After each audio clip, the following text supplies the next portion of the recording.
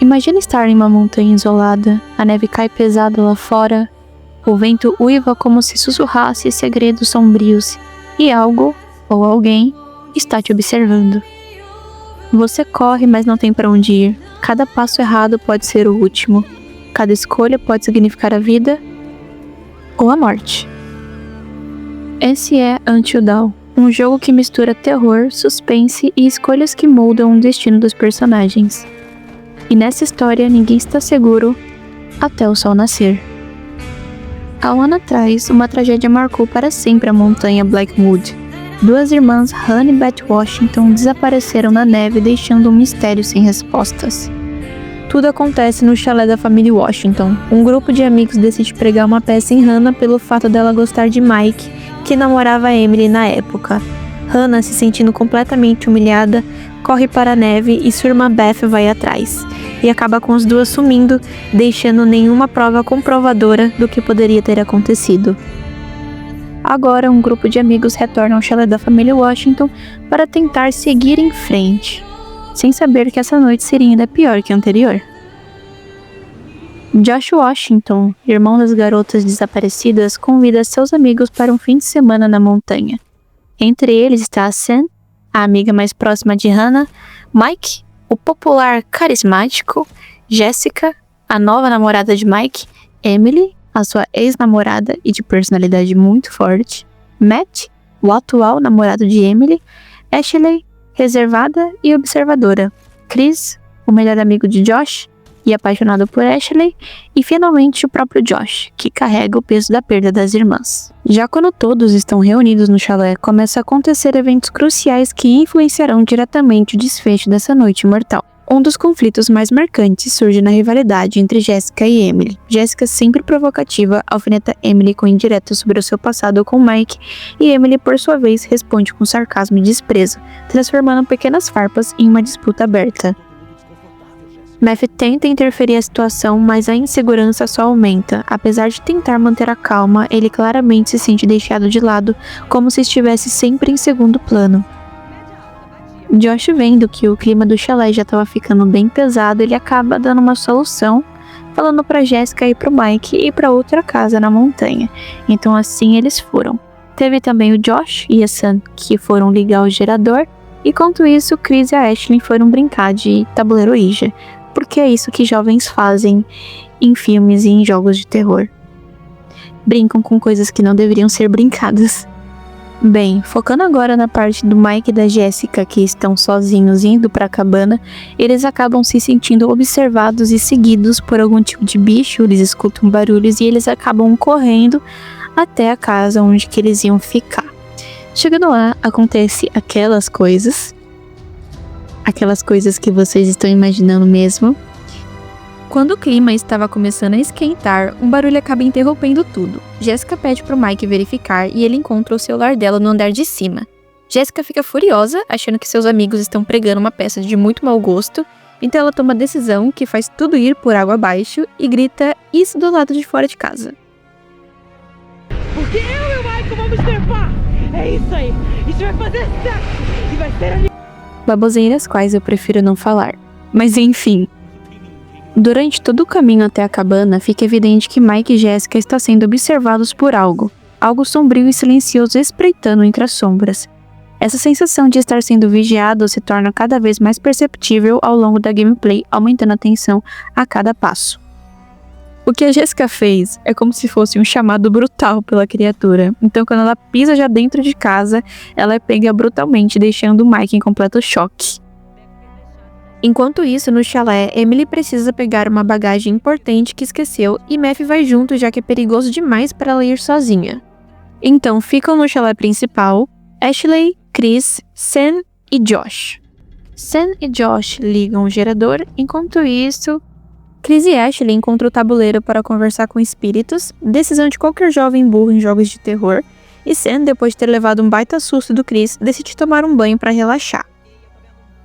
Ashley, Josh e Chris usam a tábua para tentar se comunicar com espíritos e as respostas começam a assustar o grupo, principalmente o Josh, que começa a se irritar achando que estão brincando com a morte das irmãs dele. Fica claro que aquilo não era uma brincadeira, porém Ashley e Chris saem juntos para investigar um barulho estranho na casa, mas são surpreendidos por um homem mascarado que os ataca, deixando-os inconscientes.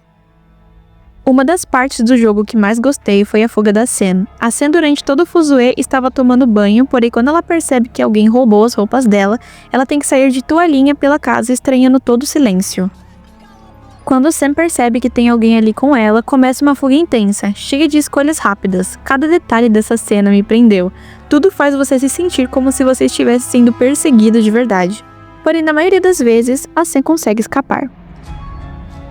Antes da fuga da Sam, Chris é levado até um local onde encontra Josh e Ashley presos, e em frente uma serra prestes a perfurar um dos dois. Então Chris e o jogador são forçados a tomar uma decisão impossível: salvar Josh, seu melhor amigo, ou salvar Ashley, a mulher de quem ele gosta. É uma cena completamente tensa no jogo, e o jogador sente o peso real dessa decisão. No final, independente da sua escolha, a serra vai para Josh, mas isso já mostra como Until Dawn lida com o psicológico, colocando você de frente com situações inimagináveis. Após a Ashley ser salva, Ashley e Chris saem desesperados buscando por ajuda e no caminho encontram Matt e Emily, que haviam saído para buscar a bagagem.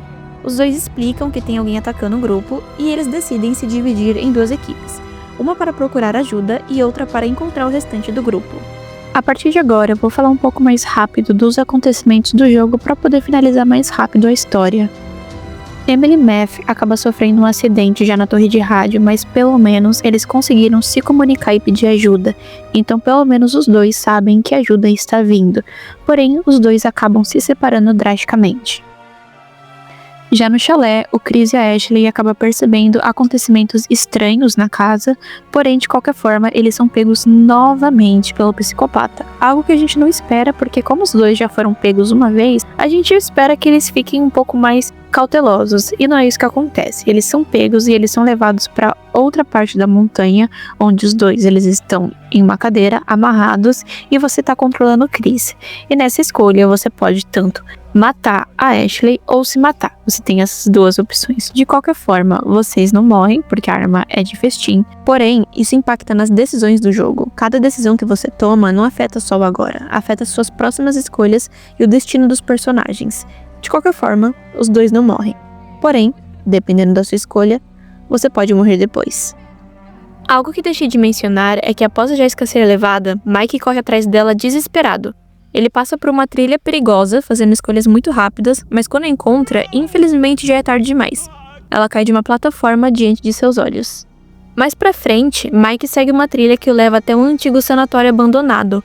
O clima ali é pesado, cheio de mistério e perigo. Porém, ele encontra pistas muito importantes sobre o que está acontecendo. Depois de explorar o local, ele acaba encontrando a Sam, que estava fugindo do assassino, e os dois se unem e começam a montar um quebra-cabeça por trás de todos os ataques. Sam e Mike acabam encontrando Chris e Ashley naquela situação que havíamos visto anteriormente, onde Chris tem que escolher entre atirar em si mesmo ou atirar em Ashley. Porém, tudo na verdade fazia parte do plano de Josh, e a arma nem sequer estava carregada. A cena é cheia de tensão, com todos em choque em saber que o assassino na verdade era o Josh. Depois dessa revelação, o clima do grupo desaba de vez. Todos ficam revoltados com a brincadeira do Josh, principalmente o Mike, que acha que a Jessica morreu por conta disso e parte pra cima do Josh. Inclusive Chris, que também perde o controle e soca o Josh. Diante disso tudo, o grupo decide prender Josh no celeiro, isolando ele enquanto tentam pensar no que fazer a seguir. De volta para a Emily com uma das partes que eu mais gosto do jogo, que é quando ela acaba sozinha nas minas. É uma cena que deixa qualquer um doido, porque ela pode morrer a qualquer momento, então você tem que tomar decisões muito rápidas para que ela sobreviva. Isso faz que você fique em alerta, assustado, como se fosse você ali, mesmo que talvez você nem goste da personagem. Por isso que essa cena é tão interessante para mim. Depois de escapar por pouco das minas, Emily consegue chegar no chalé e explicar para o grupo sobre as criaturas que ela acabou de ver, sem conseguir entender direito o que eram. O grupo escuta achando aquilo tudo surreal demais. Então um homem misterioso que vive naquelas montanhas aparece para realmente explicar o que aconteceu e o que acontece naquelas montanhas. O caçador revela que na noite onde as duas irmãs desapareceram, ele estava caçando um Indigo, uma criatura extremamente brutal, forte e violenta. Segundo a lenda, quem pratica canibalismo naquela montanha amaldiçoada acaba se tornando um mendigo, um ser quase impossível de matar, apenas com fogo e altas temperaturas. E o mendigo que ele estava caçando naquela noite era o mais forte, o Macapiteu.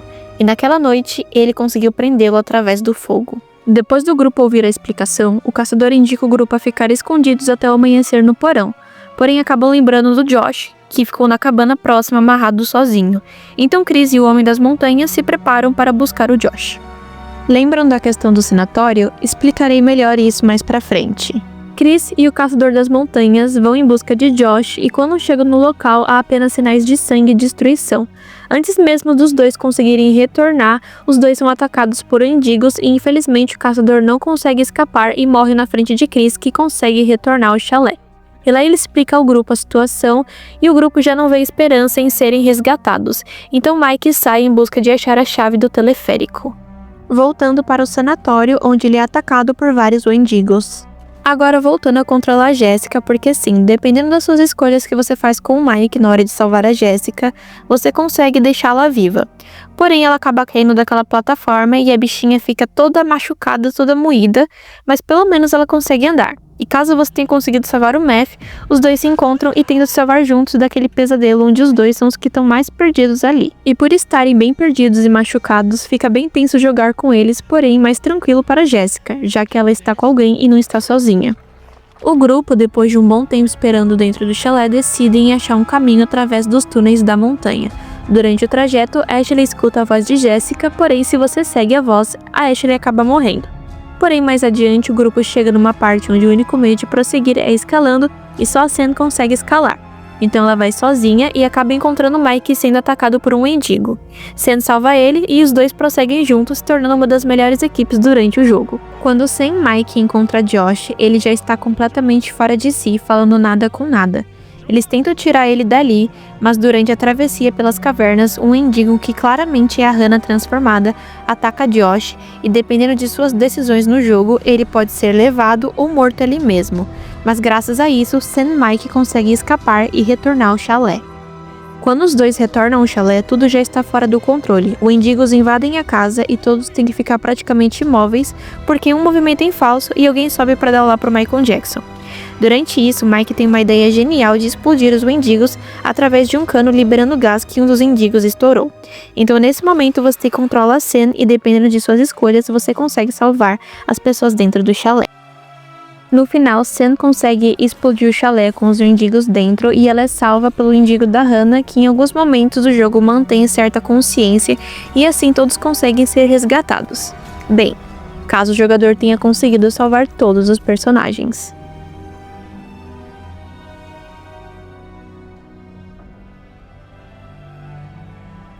Depois da cena do grupo sendo salvo, a gente tem acesso à cena do Josh, se ele ficou vivo, dele se transformando em mendigo, porque ele foi um dos únicos que permaneceu nas minas.